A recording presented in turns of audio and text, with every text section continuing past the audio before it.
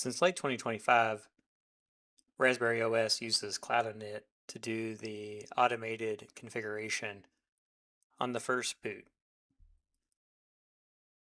The way this works is based on some text files, but it's not the traditional text files that were found on the Raspberry in the past. For example, there used to be a SSH file that would be left blank that would cause the SSH service to be enabled, and you also had config.txt, and you could run shell scripts and things like that at startup. But this wasn't based on any kind of global standard. It was something that was proprietary to the Raspberry operating system. More recently, the switch to Cloud-Init means that Raspberry Pi now can be configured using the same YAML syntax that you would use to configure a cloud server. The main difference being that these files are just going to be found on the local disk instead of being pulled from a cloud metadata server. If we take a newly imaged card that has Raspberry OS on it, no configuration in the imager, just use the imager to burn a Raspberry OS image directly to the card with zero modifications, you'll still end up with the Cloud-Init files even though you didn't configure anything in the imager when you were doing the imaging process. The ones you want to look for are going to be command-line.txt and config.txt. And then there's also 3 Cloud-Init files that do not have an extension, which is going to be your metadata, user data, and your network config. So those 5 files collectively make up the configuration toolset. It's interesting to note that you don't need to modify command-line.txt to cause Cloud-Init to initialize the operating system. We can take a look at a different slide from our upcoming workshop. I go down to this slide here. It explains that you are allowed to pass the location of the Cloud-Init files in kernel parameters, but if you don't, the system automatically pulls those from the boot firmware folder, expecting them to be in that location.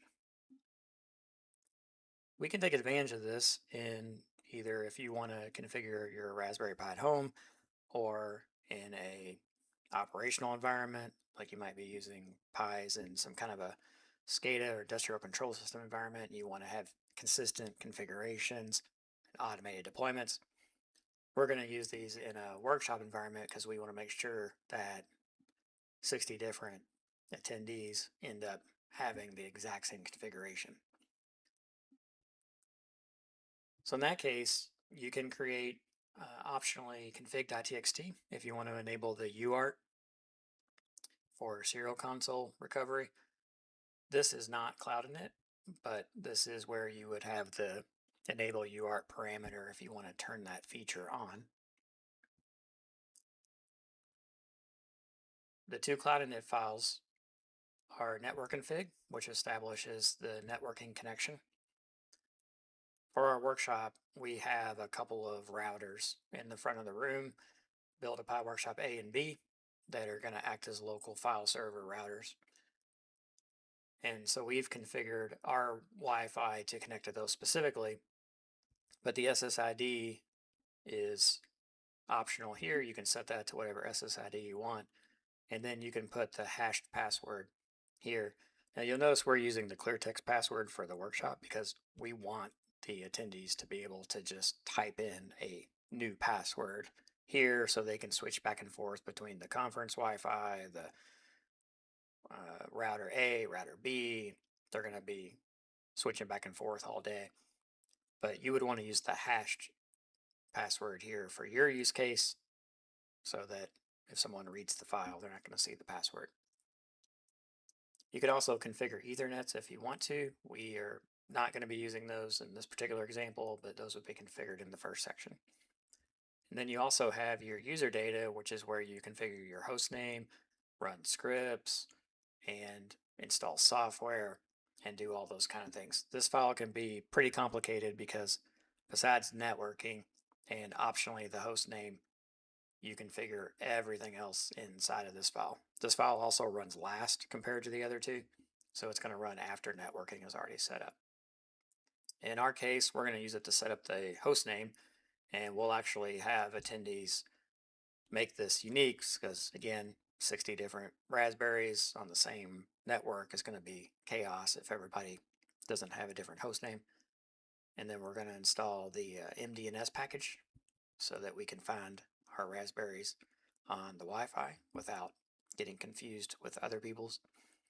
We also went ahead and set up a username and password for them to log in, which is just going to be the default. And we'll have them change the password here.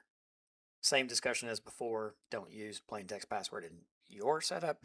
Use the password hash there instead.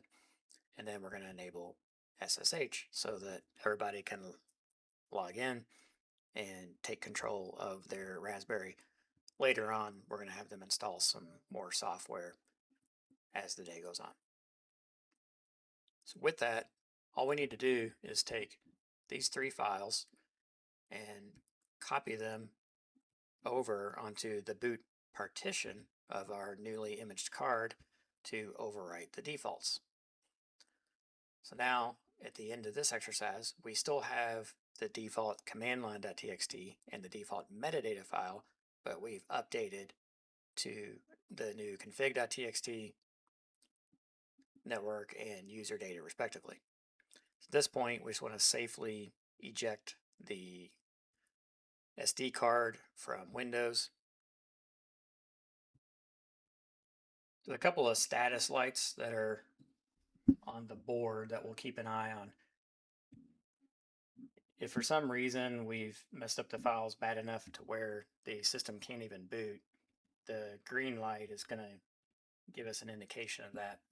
So as we power this up, we're going to keep an eye on the green light. We want to see sort of a random, kind of erratic blinking of the green light as information is read off the SD card. And then we want to see that the red light is constantly solid red.